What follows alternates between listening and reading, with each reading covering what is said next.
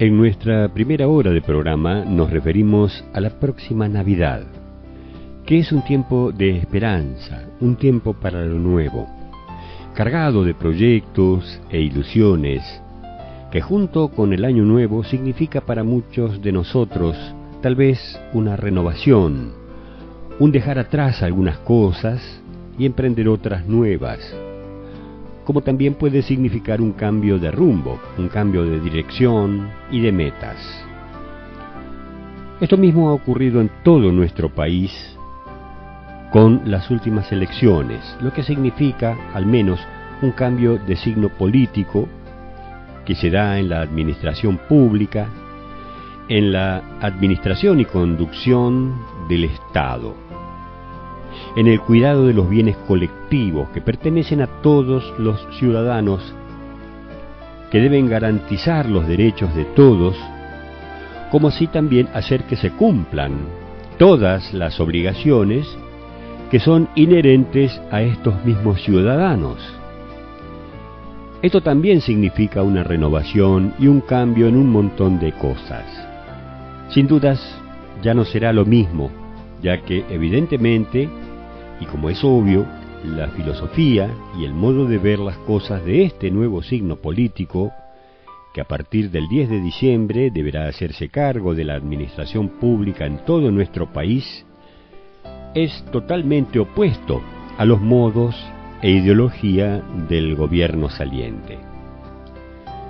Los porcentajes que han obtenido ambos signos políticos en la última contienda electoral son muy parecidos. Hay muy poca diferencia entre uno y otro, algo así como el 2,8% de diferencia. Pero esto no debe significar que el pueblo argentino esté partido en dos, puesto que el pueblo argentino es tan solo uno. Y como dicen del fútbol, que el fútbol siempre da revancha, la política también.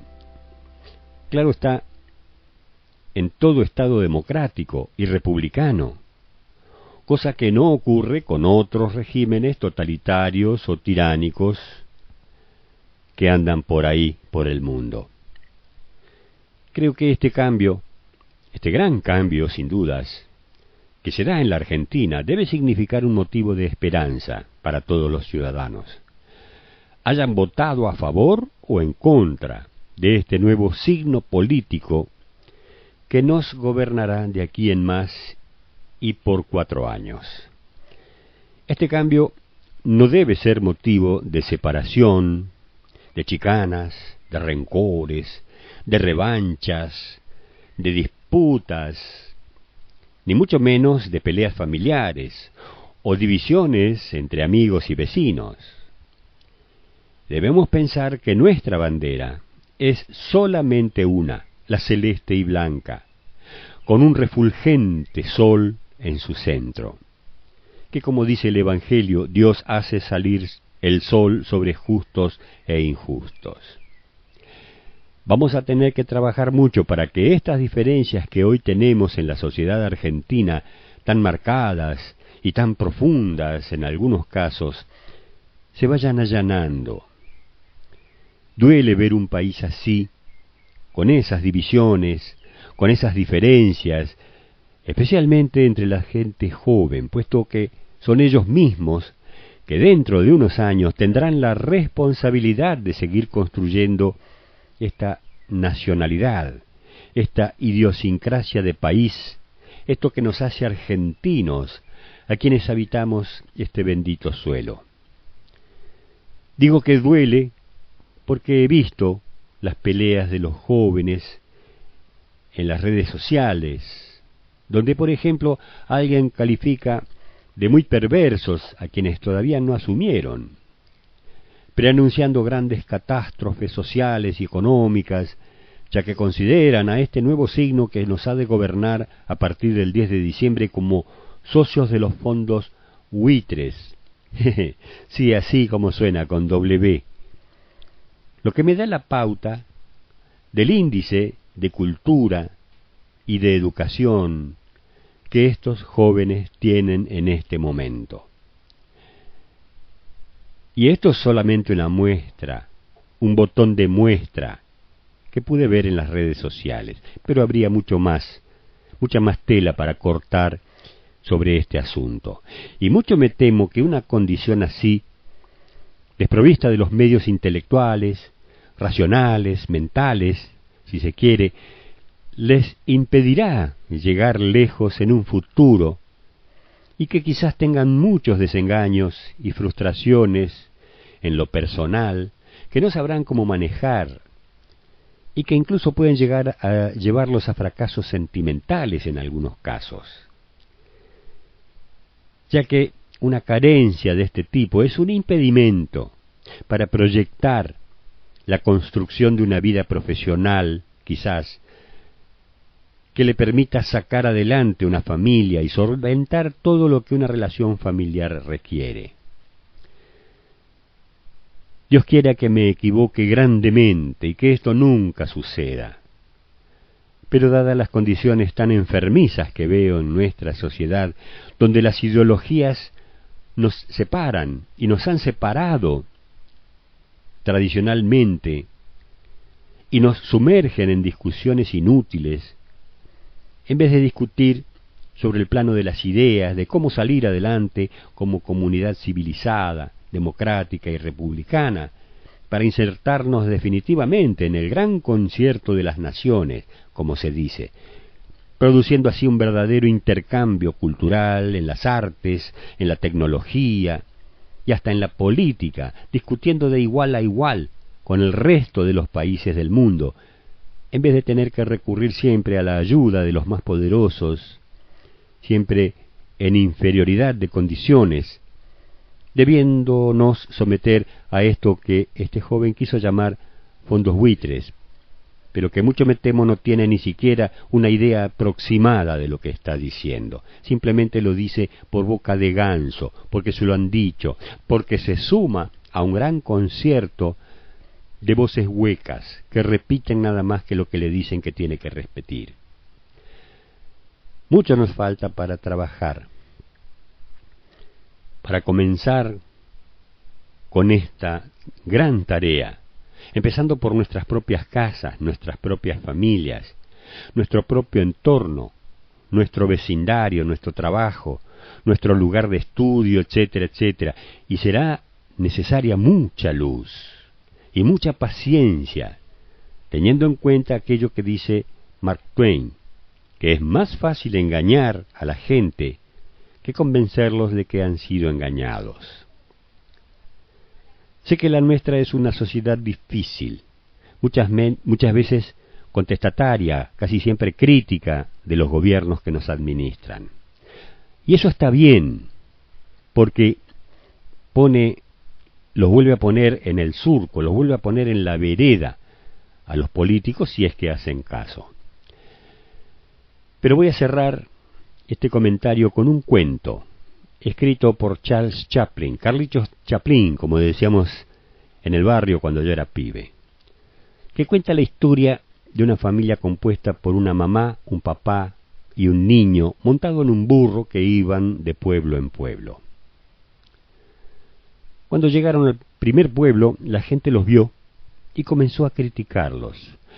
«Miren a ese niño», decía, «él va cómodamente montado en el burro mientras su madre y su padre deben caminar». Disgustados y un poco consternados, los padres del niño decidieron bajarlo del burro para que entonces lo montase el padre, y así continuaron el camino. Al llegar al pueblo siguiente, la gente vio que el padre iba montado y su esposa y su hijo iban de a pie, y comenzó a criticarlos. Decían: «Miren, el muy cretino va montado mientras su mujer y su hijo van caminando detrás de él». Entonces el padre dijo: «Tienen razón. Mejor que subas tú al burro, mientras el niño y yo continuaremos caminando». Al llegar al pueblo siguiente, la gente comenzó a murmurar. Decían: «Mírenla, a la gran señora, que va como una reina montada en el burro, mientras su pequeño y su marido, luego de trabajar seguramente todo el día para mantenerla, van caminando detrás del burro». A esta altura ya no sabían qué hacer. estaban muy tristes por todo lo que les estaba pasando, y decidieron entonces subir los tres al burro y así continuar su viaje al siguiente pueblo. Cuando llegaron salió la gente a las puertas de su casa a criticarlos y decían: «Miren, ese pobre animal, cargado con los tres en su lomo, cómo debe estar sufriendo, qué desalmados que son los tres». Allí termina el cuento. Pero tiene una moraleja. Por supuesto, este cuento, como todo cuento, tiene una moraleja. Y la moraleja es que hagas lo que hagas, siempre te van a criticar. Siempre van a encontrar algo mal, algo incorrecto, algo que no debiste hacer, y con tu presupuesto y tu dinero te dirán lo que tienes que hacer, y aunque sí así lo hagas, verán que lo que hiciste tiene algún defecto, alguna falla. Pero más allá de la moraleja hay otra consideración que se puede hacer. Y es que hagas lo que hagas, siempre tendrás que hacerlo desde tu corazón, aquello que sienta tu corazón y que sepas que es realmente lo que quieres hacer, teniendo en cuenta la opinión de los demás, sí, pero sin que esto te afecte en tus proyectos, en tus sueños. Todavía no ha comenzado el nuevo equipo de gobierno con un nuevo presidente, con nuevos ministros, etc. Sin embargo, ya recibe críticas, muchas de ellas a futuro, poniendo en su horizonte grandes nubes negras y augurios de grandes catástrofes. Esto también me duele, porque se trata de mi país, se trata de la gente, de gente que quiero, porque yo quiero a mi país, lleno de gente, amo a mi patria, y me duele que sentimientos así hayan sido instalados, sobre todo en los más jóvenes, pero en muchos casos de gente cercana a mí, que son mis amigos, mis seres queridos.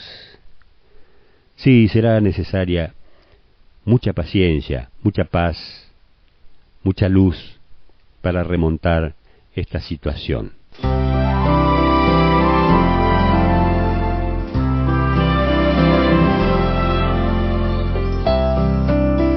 El Papa Francisco ha emprendido su viaje más peligroso en África. El Papa Francisco siempre finaliza sus intervenciones diciendo: «Por favor, recen por mí». El domingo lo volvió a repetir tras el rezo del Ángelus con más sentido que nunca. Francisco inició este miércoles su viaje más peligroso desde que inició su pontificado. Por primera vez se trasladará a África y además lo hará yendo al ojo del huracán. Visitará Kenia, Uganda y la República Centroafricana a pesar de los conflictos abiertos y las amenazas existentes en estos países. El viaje durará 6 días en total. En un primer momento se creyó que el Papa tal vez declinaría finalmente desplazarse a estos países, dado a la convulsa situación creada tras los ataques terroristas en París, pero el pontífice ha preferido mantener intacta su agenda a pesar del alto riesgo que conllevan estos desplazamientos. Y no solo eso, Francisco pretende viajar como mensajero de la paz y de la reconciliación, según ha dicho él mismo en un mensaje de video dirigido a los fieles de estos 3 países. Visitará un campo de refugiados y se reunirá con la comunidad musulmana en la mezquita central de Koudoukou, en Bangui, la capital de la República Centroafricana. Este último país se considera un estado fallido y el destino más peligroso de los 3 de los que Francisco visitará.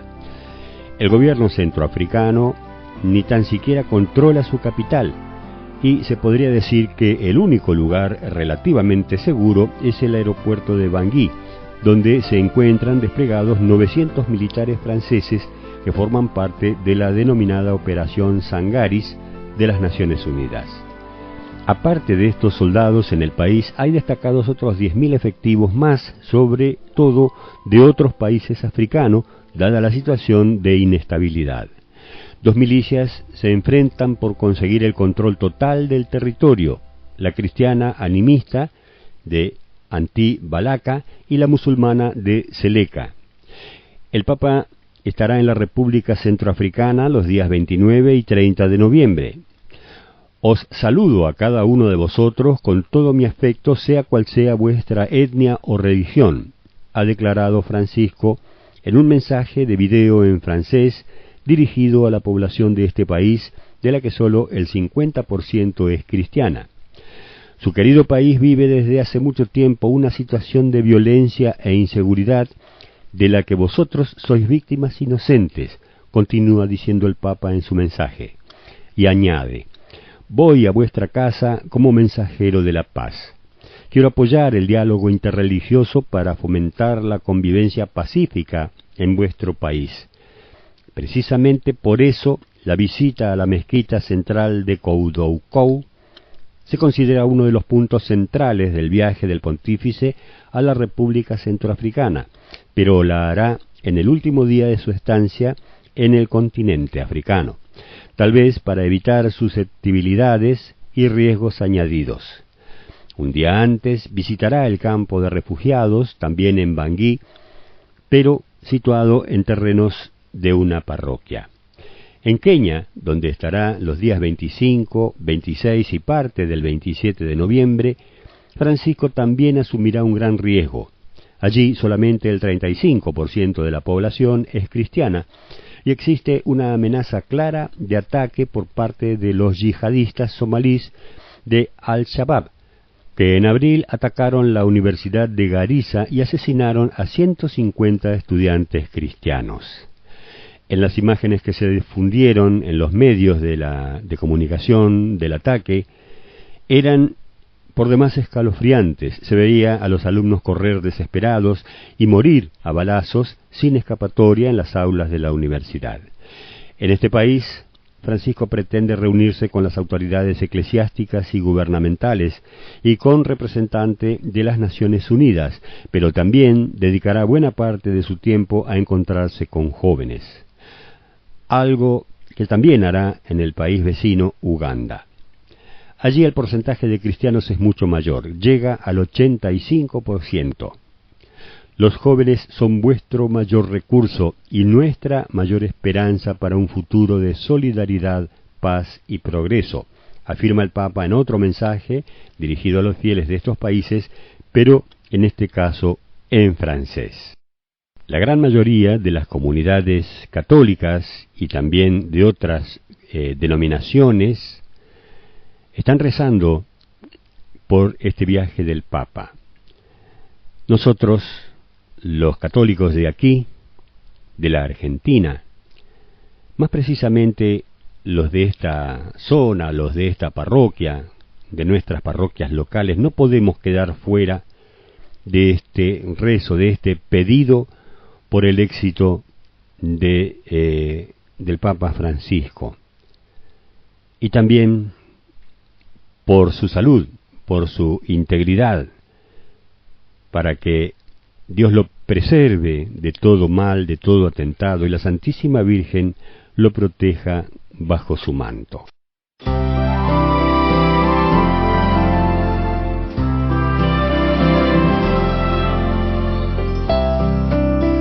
El aborto y los dogmas religiosos. Autoridad y libertad en la educación de los hijos. ¿Prohibir el aborto es imponer un dogma religioso a la sociedad? Para algunos parece que sí, para otros no. Ayuda, para contestar a la pregunta, hacerse una breve reflexión sobre las relaciones que existen entre la ley y el respeto que merece cualquier vida humana. La ley tiene una función clave para defender los derechos humanos fundamentales por encima de los partidos políticos, de las filosofías, de las creencias religiosas de la gente, de las ambiciones, de los odios. Por lo mismo, si alguien desea asesinar a otro, la ley se lo impide, se lo debe impedir. Un Estado que admitiera el homicidio de algunos seres humanos inocentes por parte de otros sería un Estado pervertido. La prohibición del homicidio de inocentes está también presente en la moral católica. en el judaísmo y en otras religiones. Pero el legislador que prohíbe el homicidio no impone un dogma religioso a la sociedad, sino que se limita a tutelar el derecho a la vida que todo ser humano tiene simplemente en cuanto a ser humano. ¿Se puede aplicar lo anterior al tema del aborto? La respuesta es afirmativa, pues declarar el aborto como delito tiene sentido en cuanto busca defender la vida de un inocente, el hijo antes de nacer. Ese hijo tiene un valor intrínseco, suyo, inalienable, independientemente de las creencias religiosas o de las ideas ateas o de otro tipo que puedan tener sus padres. Una mirada atenta a la fecundación y al desarrollo embrionario permite reconocer que el hijo no es parte del cuerpo de la madre, ni carece de una identidad concreta, ni es un ser humano de segunda clase. El hijo existe y se desarrolla durante los meses de embarazo, en el seno materno y desde su propio metabolismo. En cuanto a ser humano, posee una existencia que merece ser tutelada ante cualquier agresión injusta. Es por esto que son castigadas aquellas compañías farmacéuticas que facilitan medicinas que provocan graves daños en los embriones y no han dado ninguna advertencia sobre este peligro. Es por eso que un ginecólogo que ocasione, por impericia o por acciones inadecuadas, un grave daño a un embrión o a un feto, debe recibir un castigo proporcionado a su falta. ¿Por qué algunos piensan y piden que no sea declarado delito causar daños mayores, orientados a matar al embrión cuando tales daños son pedidos y buscados por la madre o por quienes la presionan, como si el eliminar al propio hijo fuera menos grave que provocar daños no mortales? ¿No es absurda una sociedad que multa o incluso castiga severamente a un ginecólogo que produce daños fetales, mientras al mismo tiempo legaliza o permite el daño irreparable del aborto? Un Estado es justo solo cuando garantiza los derechos para todos, nacidos o no nacidos, sanos o enfermos, hombres o mujeres. Defender la integridad física de los seres humanos no es simplemente un acto privado ni algo que depende de las creencias religiosas de la gente. Es más bien el principio básico que permite garantizar los demás derechos humanos. Sin vida no hay libertad, ni salud, ni racionalidad, ni educación, ni trabajo, ni amistad, ni nada de nada. Prohibir el aborto, por lo tanto, no es imponer ningún dogma religioso. Es más bien un paso imprescindible para poder vivir en sociedad según el principio de la justicia. Al revés, legalizar o despenalizar el aborto es imponer el peor de los dogmas, el de la ideología que permite eliminar al más débil e indefenso de los seres humanos, el hijo antes de nacer.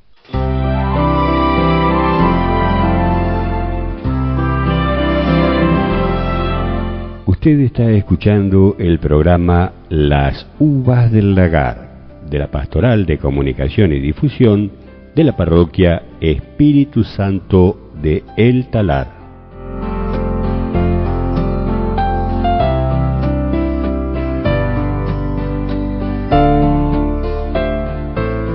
El papel de la mujer en la Iglesia y en la sociedad civil. La libertad y la tolerancia en una sociedad plural es el arte de convivir. De todas formas, algunos ven que la Iglesia no parece muy feminista. El Papa y los obispos no pueden cambiar el comportamiento de Jesucristo. Reconocen y promueven el papel de la mujer y han recomendado que participen las mujeres en la vida de la Iglesia sin ninguna discriminación, también en las consultas y en la elaboración de decisiones, en los consejos y sínodos diocesanos y en los concilios particulares. Precisamente porque soy profundamente feminista, decía la escritora Regine Pernut, la ordenación de las mujeres me parece contraria a los intereses mismos de las mujeres. Se trata de algo que entraña el peligro de confirmar a las mujeres la creencia de que para ellas la promoción consiste en hacer todo lo que hacen los varones, como si su progreso fuera actuar exactamente como ellos. Que el hombre y la mujer tienen igualdad de derechos, nos lo han enseñado en el Evangelio. Los mismos apóstoles se quedan perplejos cuando Cristo anuncia la absoluta reciprocidad de deberes entre el marido y la mujer. Tan evidente era que eso iba en contra de la mentalidad de la época. Esto hace más significativa la decisión de Cristo de escoger entre los hombres y mujeres que le rodeaban 12 hombres que habían de recibir la consagración eucarística durante la última cena en el cenáculo de Jerusalén. Observamos que en la misma sala las mujeres se encuentran mezcladas con los hombres para recibir la irrupción del Espíritu Santo en Pentecostés. Más que reivindicar el ministerio sacerdotal para las mujeres, ¿no habría más bien que recordar que lo que Cristo pidió a las mujeres es que fueran portadoras de la salvación? En el inicio del Evangelio está el sí de una mujer. En el final, otras mujeres se apresuran a ir a despertar a los apóstoles para comunicarles la noticia de la resurrección. Las mujeres son invitadas a transmitir la palabra. Hay místicas, teólogas, doctoras de la Iglesia. En casi toda Europa, la conversión de un pueblo comenzó por la acción de una mujer. Clotilde en Francia, Berta en Inglaterra, Olga en Rusia, por no hablar de Teodosia en España o de Teolinda en Lombardía. Pero el servicio sacerdotal se pide a los varones. Hoy se ve a muchas mujeres asumir las más amplias tareas de enseñanza religiosa o teológica. La desconfianza de la sociedad civil hacia la mujer, manifiesta en el mundo clásico, comenzó a disiparse muy recientemente.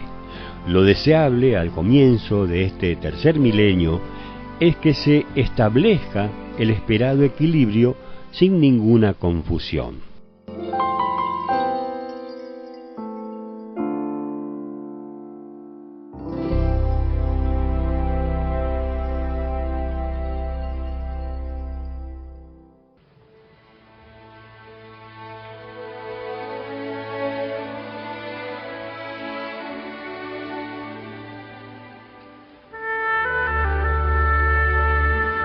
Ahora, como un homenaje a un gran jesuita, como lo es el Padre Jorge, nuestro querido Papa Francisco, que ha emprendido ayer su grande y difícil misión de paz en un lugar tan convulsionado por el terrorismo como es el continente africano, visitando algunos de sus países más conflictivos, llevando su mensaje de amor a tanta gente que sufre la pérdida, la muerte de sus seres queridos, de sus familiares y amigos, sean estos cristianos o no, simplemente seres humanos que han despertado la compasión, preocupación y ocupación de nuestro amado Francisco. Que Dios acompañe su misión y lo resguarde del odio de Satanás, que ha hecho un importante trabajo en tantos jóvenes de nuestra civilización occidental que hemos descuidado, pues estábamos muy ocupados en otras cosas, como ganar dinero, por ejemplo. Que el odio no le gane al amor y que su visita dé los frutos que se esperan. El tema se llama La Misión, en una versión de la orquesta de su creador, Ennio Morricone.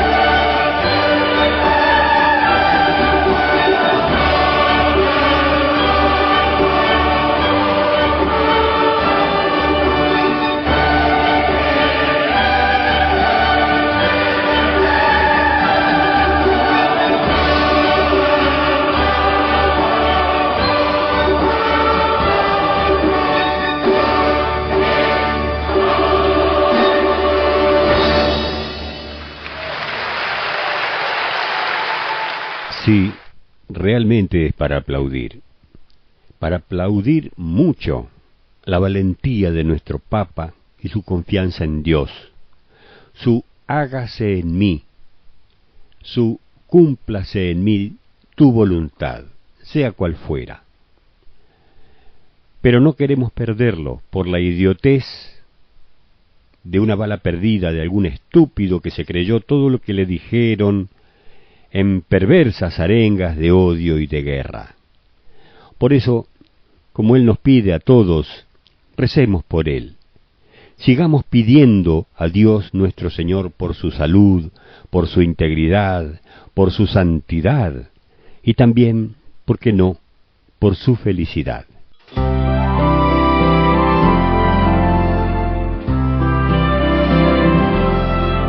Usted está escuchando el programa Las Uvas del Lagar, de la Pastoral de Comunicación y Difusión de la Parroquia Espíritu Santo de El Talar.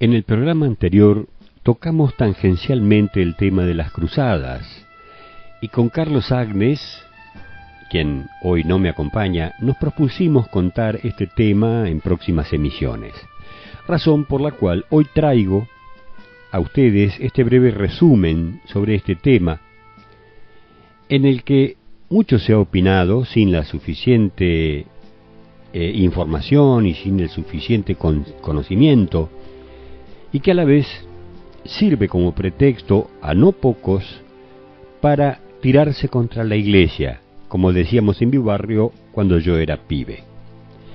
El siglo XI fue el apogeo de la fe cristiana por aquellos años, donde la ilusión de una Europa unificada bajo la autoridad papal parecía ser una realidad tangible.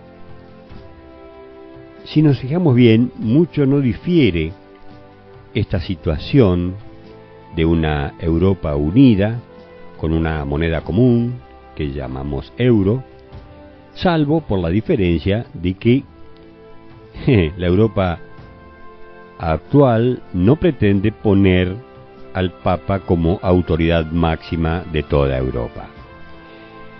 Esta época gloriosa se desempeñó cuando los turcos seleucidas abrazaron el Islam y se opusieron a toda fe distinta de la suya. Con el objetivo de eliminar a sus adversarios religiosos, atacaron el imperio de Oriente y se apoderaron del Asia Menor.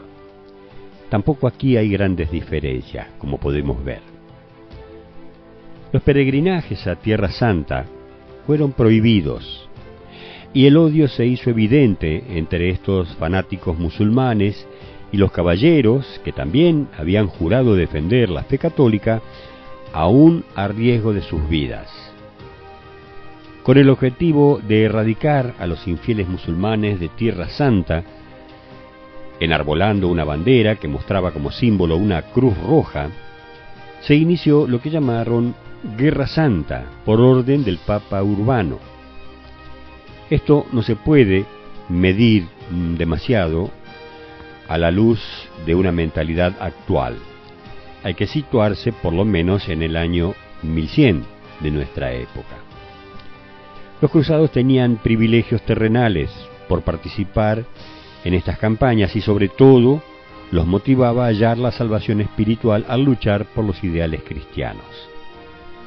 Hubo en total 8 cruzadas entre los siglos XI y XIV. La primera cruzada, desarrollada entre 1096 y 1099, estaba integrada por una parte por la llamada Cruzada de los Pobres, que reunió desorganizadamente a mucha gente humilde, dirigida por Pedro el Ermitaño. Este grupo fue literalmente masacrado. Mejor suerte corrió la llamada Cruzada de los Príncipes, más organizados, con fuerzas provenientes de Francia, Países Bajos y Sicilia, que pudieron tomar Jerusalén en 1099 y obtener cuantiosas ganancias con las que crearon 5 estados feudales, entre ellos el reino de Jerusalén, el principado de Antioquía, el condado de Odesa y el de Trípoli, y numerosos castillos. Sin embargo, no midieron el costo de la represalia, que no tardó en llegar. Los turcos se apoderaron de uno de los 5 estados, el de Odesa. La segunda cruzada fue organizada por San Bernardo, y en ella tomaron injerencia activa los reyes cristianos, sobre todo el de Francia, Luis VII, y el emperador germano Conrado III, pero no tuvo los logros esperados.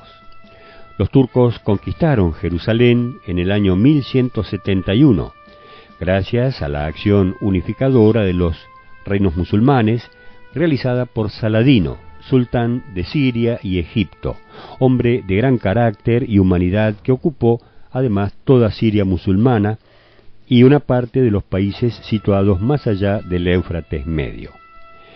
Todo se precipitó por la acción de Reinaldo de Chatillon, que se dedicó a violar las treguas y a la piratería, e incluso atacó la caravana que integraba la hermana de Saladino, quien fue asesinada, provocando la ira del sultán, quien juró venganza. Esta se concretó luego de la derrota cristiana en la batalla de Cuernos de Atín, ocurrida en el 4 de julio de 1187, oportunidad en la que Saladino ejecutó al asesino de su hermana. El fracaso de la Tercera Cruzada. Esto puede atribuirse a la enemistad entre Francia e Inglaterra y entre el Imperio de Oriente y los cristianos de Occidente.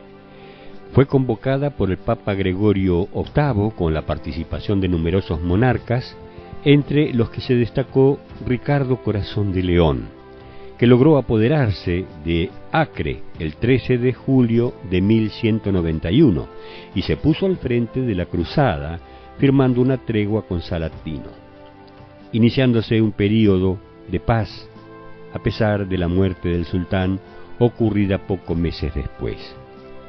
La Cuarta Cruzada fue contra Egipto por ruta marítima y no incluyó monarcas, estando organizada por el Papa Inocencio III en el año 1199.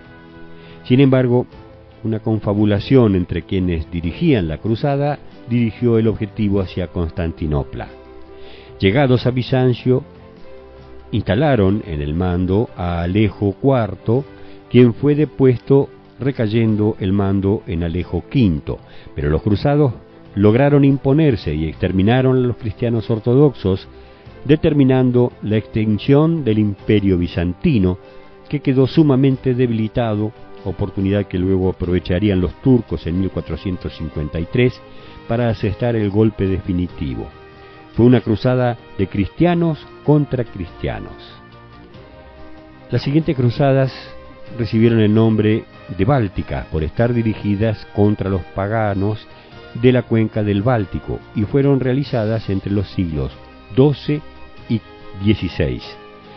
Fueron realizadas por Dinamarca, Alemania y Suecia. La Quinta Cruzada fue obra de Inocencio III y se llevó a cabo en el año 1218 con la intención de conquistar Egipto, pero fracasó.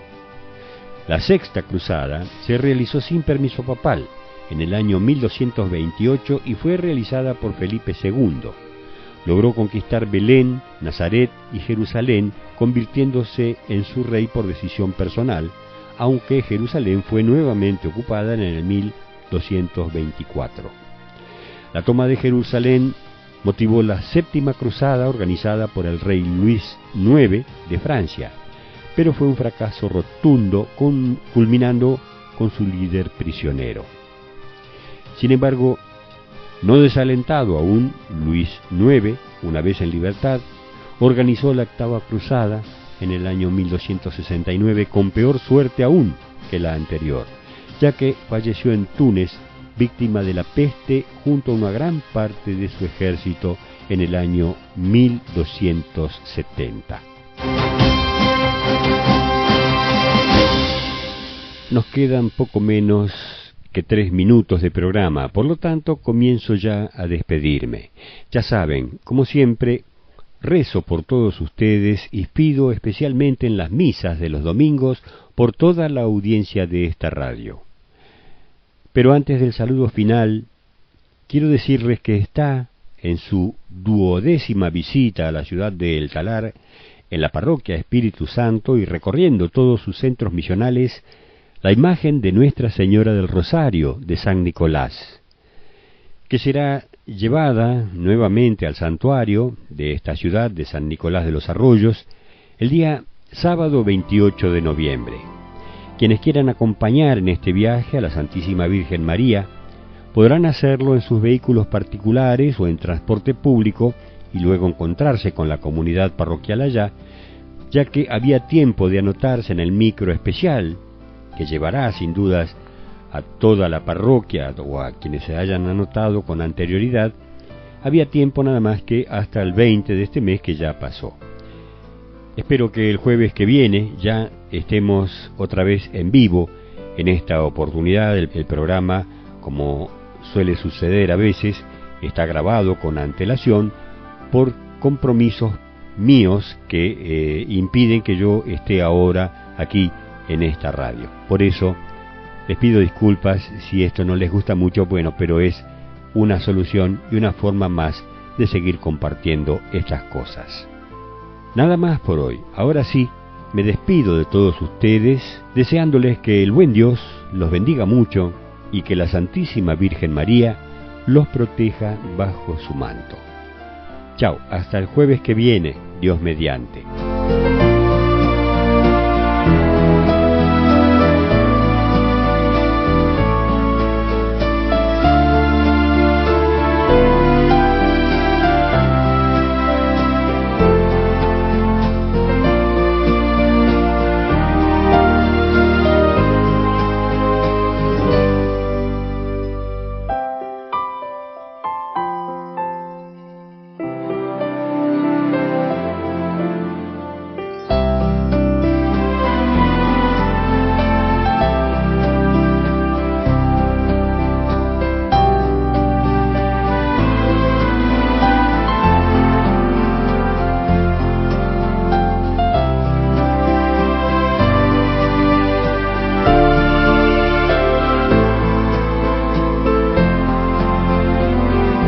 Fue una producción de la Pastoral de Comunicación y Difusión de la Parroquia Espíritu Santo de El Talar.